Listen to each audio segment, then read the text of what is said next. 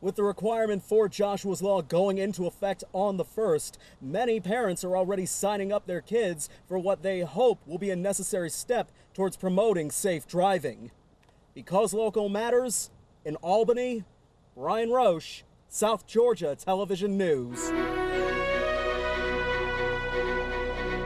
People have been lining the sidewalks here in Plains all morning, patiently waiting for President Biden's arrival and for him to meet with former President Carter. All of those working here at the new cancer facility at Colquitt Regional agree that having an advanced piece of equipment like this that's not even found in Atlanta is highly critical towards helping patients near a rural hospital. But while the Red Cross is busy assessing the damage and crews remain hard at work, we spoke with a few residents at this trailer park about the damage the storm has left to their homes. The mother of 21-year-old Tanika Walker is pleading with the community to find those responsible for her death in a drive-by shooting this past December. Rescue dogs like Roscoe are living the good life now, but as Rita and Amanda will tell you, there are other dogs that are out there that are just as deserving.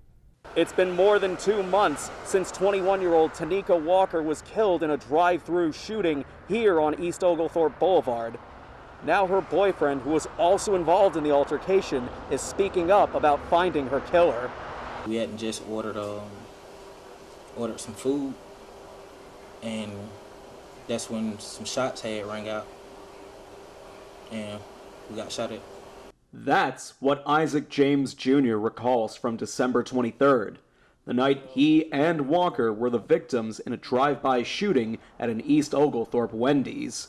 Walker would pass away from her injuries early the next morning. She pretty much meant the world to everybody she had dealings with. A lot of folks were hurt behind this. This was really tragic. James is still wondering why he or Tanika ended up as targets. There's really nothing bad that can be said about her from anybody.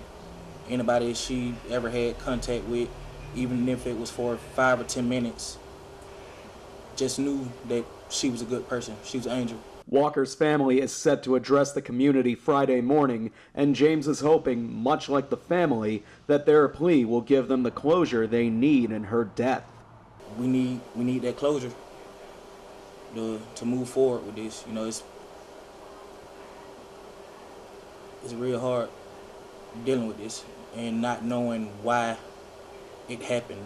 Because local matters.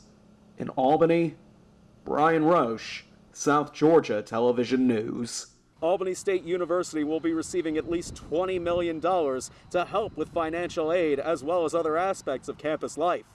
For many people we spoke to in the area, this is a major difference maker. Also in a community like Albany, we don't have that much funding going on in certain places. For an HBCU alumni like Antoine Mitchell, he knows what $20 million in financial aid can do for historically black colleges. It would allow different events that can gather.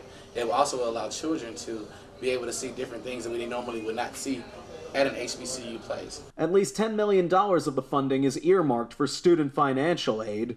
Tyrone Harris, owner of Spanky's Barbershop near ASU's East Campus, says he couldn't be happier to see Albany State get their fair share of the funding pie. That's nice. That's what we need right here in Albany, especially with the pandemic and everything down, and people need help. That's wonderful. We really need that here in Albany, Georgia.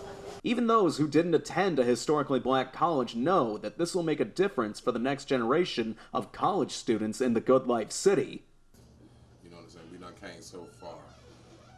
And I just think it's, you know what I'm saying, this is just the beginning. Just, you know what I'm saying? I just think it's just on the upward spiral.